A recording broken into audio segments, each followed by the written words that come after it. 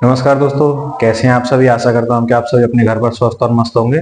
दोस्तों, पिछले कई दिनों से मैं वीडियो डालने में असमर्थ था क्योंकि थोड़ी सी मुझे काम था दोस्तों, थोड़ी सी प्रॉब्लम्स हो रही थी जिसकी वजह से मुझे समय नहीं मिल पा रहा था। तो इसलिए कई दिनों से आपकी वीडियोस नहीं आई थी। लास्ट वीडियो जो मैंने डाली थी, लास्ट वीडियो मैंने आपको डाली थी 4 सितंबर को, और आज है आपका 10 सितंबर। तो आपका 6 दिन का दोस्तों इसमें कोई वीडियो नहीं आ पाई, उसके लिए मैं सॉरी मांगता हूँ। और दोस्तों, लास्ट वीडियो में डिस्कस किया था एक्सरसाइज 7.4, और उसके सभी क्वेश्चंस हमने कर लिए थे उस एक्सरसाइज में कंप्लीट। आज हम बात करने वाले हैं दोस्तों पार्शियल फ्रैक्शन के बारे में, जिसको आप हिंदी में आंशिक भिन्नय बोलते हैं, और उनके क्वेश्चनों को हम डिस्कस करने वाले हैं। तो आइए मेरे साथ। इस पार्शियल फ्रैक्शन का दोस्तों जो इंट्रोडक्शन पार्ट है, जो फॉर्मूले इस्तेमाल होने वाले हैं, वो मैंने आपको अपलोड कर दिए हैं। आप उसको, जो इससे पहले वाली वीडियो उसको आप देख सकते हैं, उसमें उसको आप फॉर्मूले आपको मिल जाएंगे। इस वीडियो में हम दोस्तों करने वाले हैं इसके क्वेश्चंस। तो आइए बिना देरी के शुरू करते हैं। क्वेश्चन नंबर फर्स्ट देखिए दोस्तों, आपको क्वेश्चन नंबर फर्स्ट दिया है, तो आपको क्या कह रहा है कि आपको फंक्शन दिया है x upon x plus 1 upon x plus 2। तो आपसे क्या आ गया है कि आपको इसको क्या करना है, आपको इनको इंटीग्रेट करना है। मैंने आपको बताया था जो आपके फर्स्ट टर्म था, आपको क्या दे रखा है, देखो यहाँ से पार्शियल फ्रैक्शन जो है वो आपके पास x अपॉन एक्स प्लस 1 और आपको x प्लस 2 दे रखा है। तो आपको इस वाले पार्शियल फ्रैक्शन को ब्रेक करने के लिए दोस्तों आप इसे लिख सकते हो a अपॉन एक्स प्लस 1, और दोस्तों b कांस्टेंट टर्म b लेके x प्लस 2, जहां a और b दोस्तों आपके क्या रहने वाले हैं, कांस्टेंट टर्म रहने वाले हैं। तो यहां से आप क्या करोगे कि इस वाले फंक्शन की जगह पर आपने ये वाला इसके बराबर में ले लिया है। अभी आपको क्या करना है, इसमें से a और b की वैल्यू आपको फाइंड आउट करनी है, और a और b की वैल्यू को फाइंड आउट करके इसी फंक्शन के स्थान पर लगा के इसको इंटीग्रेट कर देना है। तो देखो कैसे करने वाले हो दोस्तों। अगर आप इसका एलसीएम लोगे, जैसे ही आप बराबर करोगे, आप क्या करोगे, दोनों साइडों को यहाँ से सॉल्व करने वाले हो। तो आपके मैंने क्या किया, x प्लस 1 एक्स प्लस 2 को तो आप ऐसे ही लिखोगे। आप इसका एलसीएम लोगे तो यहाँ से आपको मिलेगा a के इंटू में, इसको सॉल्व करोगे तो a के इंटू में एक्स प्लस 2 प्लस b के इंटू में दोस्तों x प्लस 1, और डिनोमिनेटर में आपके पास क्या रहेगा, x प्लस 1 और x प्लस 2। ठीक है, x प्लस 1 x प्लस 2 से कैंसिल आउट हो जाएगा दोस्तों। यहाँ से देखो क्या बचेगा आपके पास फंक्शन, इधर बचेगा x का टर्म ओनली, और इधर हो जाएगा दोस्तों ax। a का मल्टीप्लाई करने पर जैसे आप इसमें मल्टीप्लाई करोगे तो ax प्लस का 2 है, और दोस्तों bx प्लस का b। जैसे ही दोस्तों आप क्या करोगे, कंपेयर ऑन सेम कोफिशिएंट, समान पदों की जैसे आप तुलना करोगे तो यहाँ से आपको a और b के वैल्यू मिलने स्टार्ट हो जाएंगे।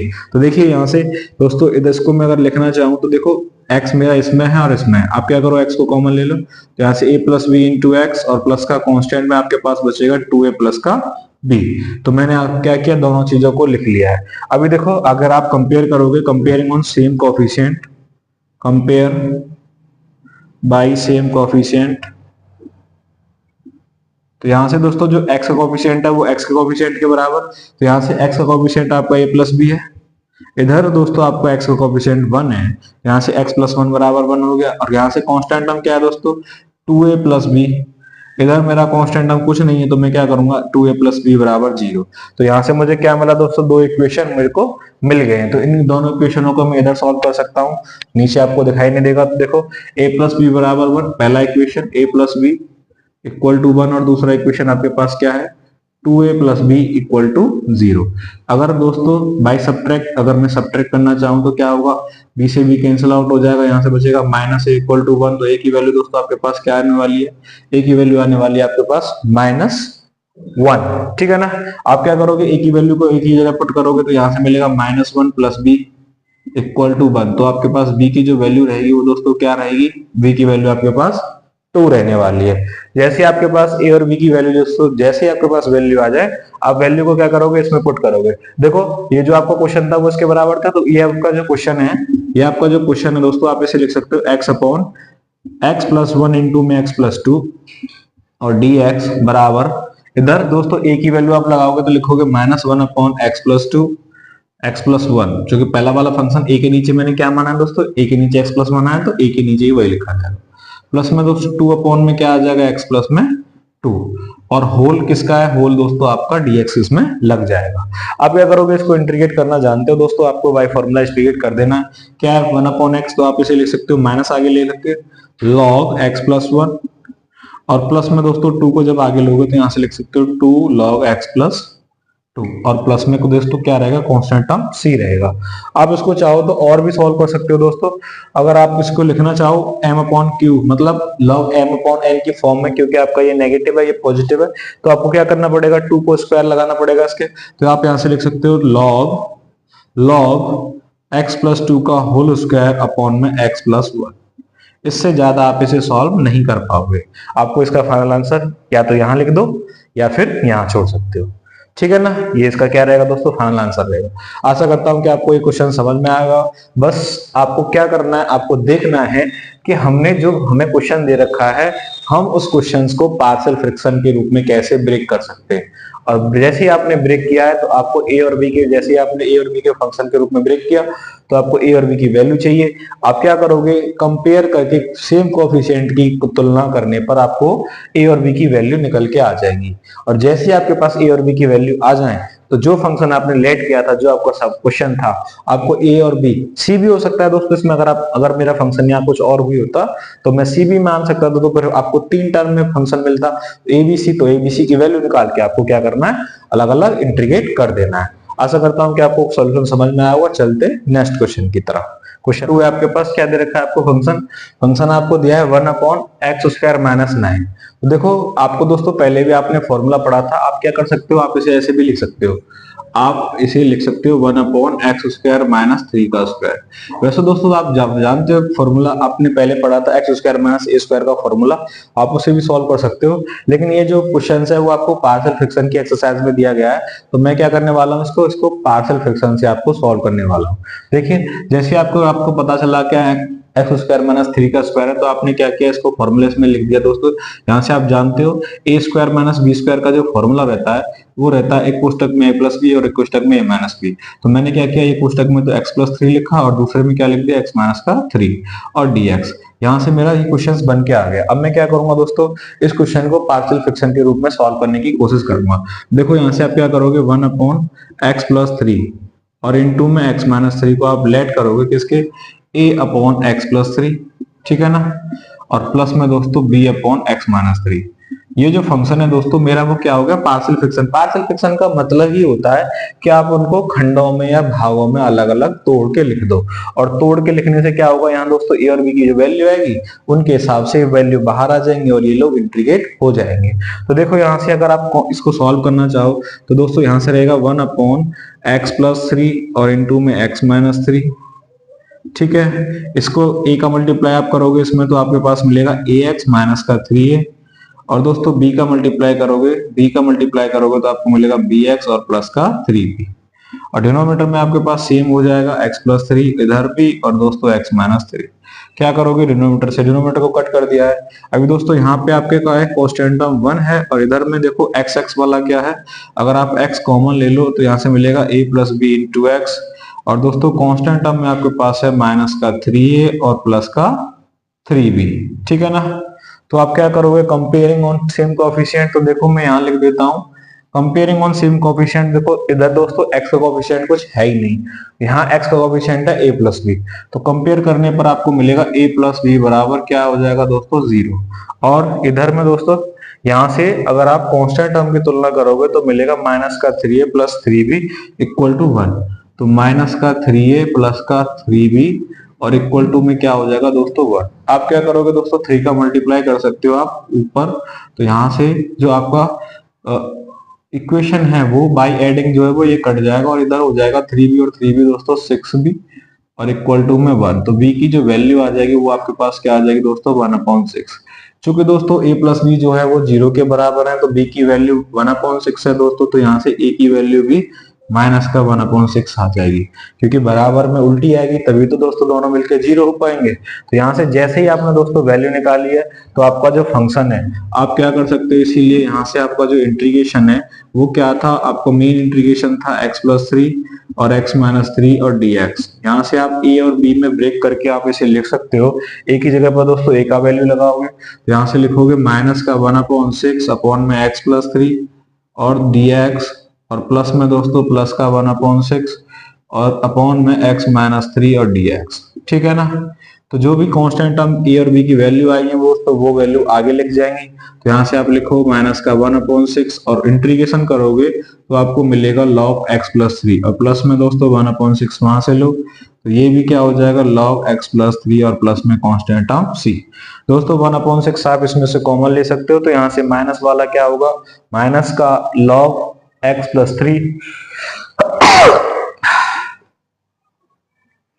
1/6 को कॉमन ले लेते हैं, तो 1/6 को कॉमन ले लेंगे तो यहाँ से जो माइनस वाला रहेगा वो दोस्तों क्या हो जाएगा डिनोमिनेटर, तो आप लिख सकते हो x माइनस 3, माइनस दोस्तों पिछला वाला है x माइनस 3 और अपॉन में क्या हो जाएगा, अपॉन में दोस्तों x प्लस 3 और प्लस में क्या रहेगा, प्लस में आपका कांस्टेंट टर्म c रहेगा। यही क्या रहने वाला है, यही आपका फाइनल आंसर रहने वाला है। आशा करता हूं कि आपको इसका सॉल्यूशन समझ में आया होगा। बस क्या करना होता है दोस्तों, आपको ध्यान रखना होता है, स्टेप्स आपको कभी नहीं छोड़ने हैं, बस स्टेप्स के ध्यान रखोगे तो आप इसका सॉल्यूशन भी समझ पाओगे। स्टेप्स को नहीं भूलना है, बस स्टेप्स में क्या है, आपको जो भी फंक्शन दिया गया आप उसे पार्शियल फंक्शन में ब्रेक करो, दोनों फंक्शनों का एलसीएम लो, मल्टीप्लाई लो और यहाँ से कंपेयर द सेम कोएफिशिएंट करो। जैसे आप कंपेयर द सेम कोएफिशिएंट करोगे आपको क्या मिलेंगे, इक्वेशंस मिलने स्टार्ट हो जाएंगे। इक्वेशंस मिलने में आपको क्या होगा, जो भी कांस्टेंट ऑफ इक्वेशन में है उनकी आपको वैल्यू मिल जाएंगी। वैल्यू मिलने से जो भी आपने लेट किया था वही आपको दोबारा से रख देना है, उसके बाद में इंटीग्रेशन कर देना है। आशा करता हूं कि आपको क्वेश्चन समझ में आया होगा। चलते हैं नेक्स्ट क्वेश्चन की तरफ। थर्ड है आपके पास, क्या दे रखा है आपको, फंक्शन आपको दिया है 3x माइनस 1 और डिनोमिनेटर में दोस्तों आपको लगा के दिया है x माइनस 1, x माइनस 2 और x माइनस 3। तो आपने देखा कि आपको तीन टर्म दे रखे हैं दोस्तों, x minus 1, x minus 2, x minus 3। तो आपका प्रॉपर्टी नंबर जो मैंने अभी आपको लिखाया था इधर में, प्रॉपर्टी नंबर 4 आपका इस्तेमाल होने वाला है, क्योंकि 4 में ही क्या है, हमको 4 में ही तरीके बताए गए थे, जब तीन दिए गए हों तो उसे कैसे सॉल्व किया जा सकता है। तो देखिए मैं आपको बताता हूँ आपको क्या करना है। 3x माइनस 1 आप इसे ऐसे ही करोगे, x minus 1, x minus 2, x minus 3 आपको दिया गया है। आप क्या करोगे दोस्तों, इसके बराबर में आप इसे लेट करोगे a अपॉन एक्स माइनस 1 और प्लस में दोस्तों b रहेगा x माइनस 2 और प्लस में constant term c x minus 3। यहाँ से क्या होगा, ये फंक्शन a b c में आपका आ गया है। अभी क्या करना है दोस्तों, आपको दोनों साइड सॉल्व करनी है। तो देखो यहाँ से रहेगा 3x माइनस 1, ये टर्म आपका ऐसे ही रहेगा x माइनस 1, x माइनस 2 और x माइनस 3। इधर दोस्तों आप क्या करोगे, इनका एलसीएम लोगे। एलसीएम लेने पर आपके पास क्या आ जाएगा, x माइनस 1, तीनों मल्टीप्लाई में आ जाएंगे, तो आप मल्टीप्लाई में लिख दो। x माइनस 1 दोस्तों है इसके पास में, तो इसमें क्या होगा, a में जो मल्टीप्लाई होगा आपका वो आपका x माइनस 2 और x माइनस 3 का मल्टीप्लाई a के मल्टीप्लाई में आ जाएगा। प्लस में दोस्तों b में क्या है, x माइनस 2 है, तो b x माइनस 2 नहीं आएगा तो क्या आएगा, x माइनस 1 और x माइनस 3 b के मल्टीप्लाई में आ जाएगा। अभी दोस्तों c में देखो, प्लस में c भी लगा के दिया है, तो c में क्या रहेगा, c में दोस्तों x माइनस 3 है, तो यहाँ से क्या होगा, x माइनस 2 और x माइनस 1 इसके मल्टीप्लाई में आ जाएगा। यहाँ से आपका जो फंक्शन है वो इतना थोड़ा सा बड़ा सा बन गया है, आपको देखने में थोड़ा सा डर लग रहा होगा। आपको क्या करना है, डरना नहीं है दोस्तों। देखो यहाँ से आप क्या करोगे, एलसीएम को कैंसिल आउट कर सकते हो, तो आपका जो फंक्शन बचा वो 3x माइनस 1। इधर में दोस्तों आप देखो, आप क्या करो, मल्टीप्लाई करोगे इसमें, तो आपके पास मिलेगा एक्स स्क्वायर माइनस का 5x प्लस का 6। आप मल्टीप्लाई भी करके देख सकते हो, क्योंकि आपको 2x और माइनस का 3x मिलेगा, तो इसलिए मैंने 5x लिख दिया डायरेक्ट। प्लस में दोस्तों b लगा के दिया है, b इसमें दोस्तों आप मल्टीप्लाई करोगे तो आपको मिलेगा एक्स स्क्वायर माइनस का 4x और प्लस में 3, ठीक है। और c का आप जैसे मल्टीप्लाई करोगे आपको मिलेगा दोस्तों एक्स स्क्वायर माइनस का 3x और प्लस में 2। अभी क्या करना है दोस्तों, आपको क्या करना है, कंपेयरिंग ऑन सेम कोएफिशिएंट। या तो आप यहाँ से डायरेक्ट कर सकते हो, अगर आप थोड़ा सा कॉमन सेंस मतलब का इस्तेमाल करो तो यहाँ से भी कर सकते हो, या फिर क्या करो, एक का सब में मल्टीप्लाई ही कर लेते हैं। तो देखो यहाँ से क्या मिलेगा, 3x माइनस 1 इक्वल टू यहाँ से हो जाएगा दोस्तों ax स्क्वायर और माइनस के 5ax और प्लस का 6 b का मल्टीप्लाई करने पर दोस्तों मिलेगा bx स्क्वायर और माइनस का 4bx और प्लस का 3b और यहाँ से मिलेगा cx स्क्वायर माइनस का 3cx और प्लस का 2c। इतना बड़ा सा फंक्शन आपको मिल गया है। अब क्या करोगे आप, कंपेयरिंग ऑन सेम कोएफिशिएंट। तो देखो कंपेयर करते हैं, कंपेयर ऑन सेम कोएफिशिएंट।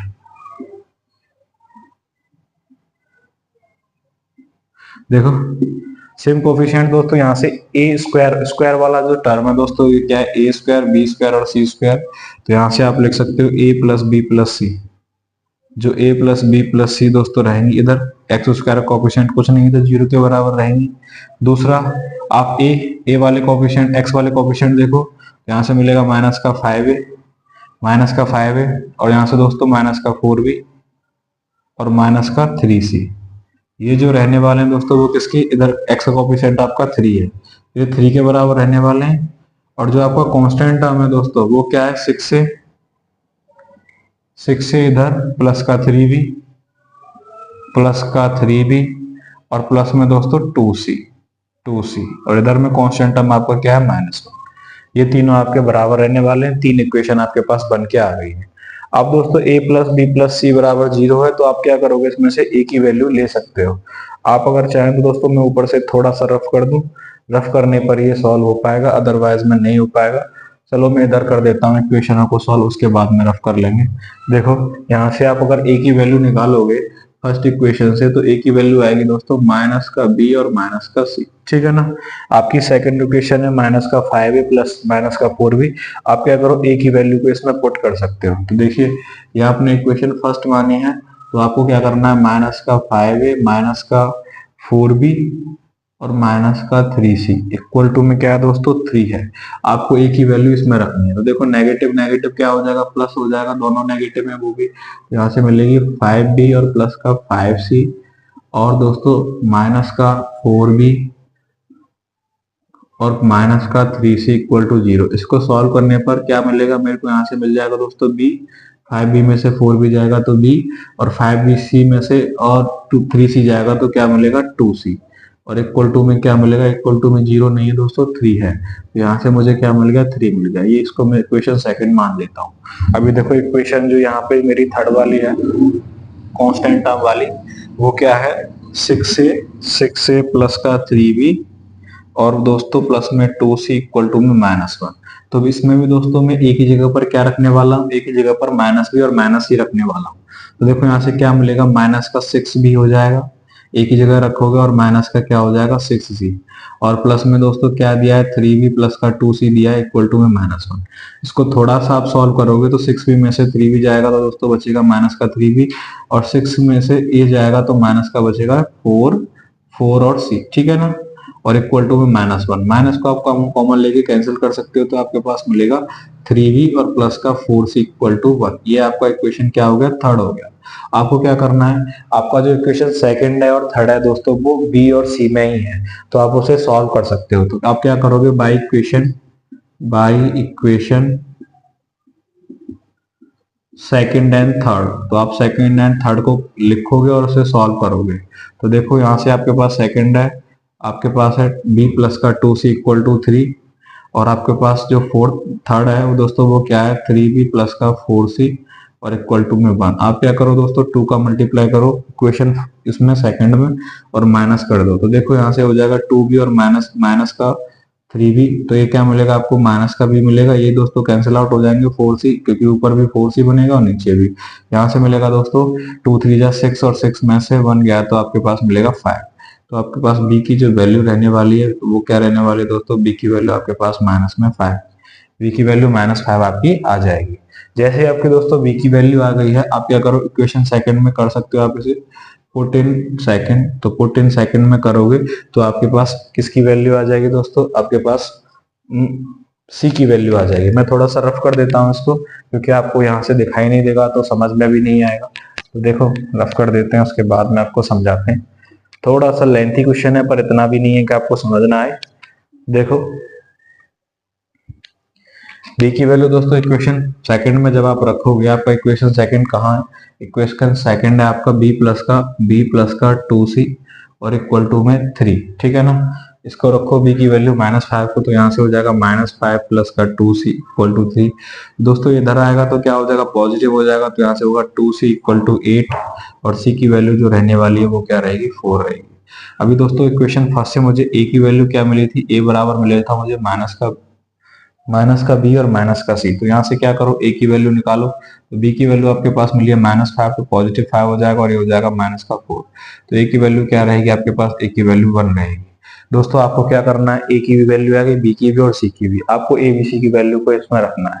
तो देखिए यहाँ से इधर कर देता हूँ मैं, ये मैंने गलत कर दिया, ए की वैल्यू आपको ध्यान रखनी है। अच्छा मैं इसको रफ कर दूं, रफ कर देता हूँ। ए की वैल्यू 1 आई है, मैं यहाँ लिख देता हूँ क्योंकि इसके क्वेश्चन को सॉल्यूशन भी हो जाएगा।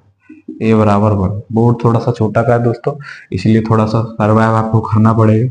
यहाँ से 3x माइनस का 1 आप कर सकते हो x माइनस 1, x माइनस 2 और x माइनस 3, ठीक है ना। और इधर ए की वैल्यू आपके पास आई है 1 अपॉन, आप लिख सकते हो 1 अपॉन x माइनस 1, और प्लस में दोस्तों बी की वैल्यू आप लिख सकते हो, बी की वैल्यू आई आपके पास -5 अपॉन x माइनस 2, और सी की वैल्यू आपके पास क्या आई है, सी की वैल्यू आई है आपके पास 4, तो 4 upon x minus 3। Constant term दोस्तों कुछ भी आए उससे क्वेश्चन पर कोई फर्क नहीं पड़ने वाला है। आपको क्या करना है, बस इंटीग्रेशन करना होता है। कांस्टेंट टर्म आपके सब बाहर आ जाते हैं। तो देखो अपॉन में तो क्या हो जाएगा, यहाँ से आप लिख सकते हो log x माइनस 1, -5 को दोस्तों बाहर निकालोगे तो आपके पास बचेगा log, और x माइनस 2 और प्लस में 4 को बाहर निकालोगे तो बचेगा log और x माइनस 3, और प्लस में क्या रहेगा, प्लस में आपको कांस्टेंट आपको सी रहने वाला है। तो यही क्या रहने वाला है दोस्तों, यही इसका फाइनल आंसर रहने वाला है।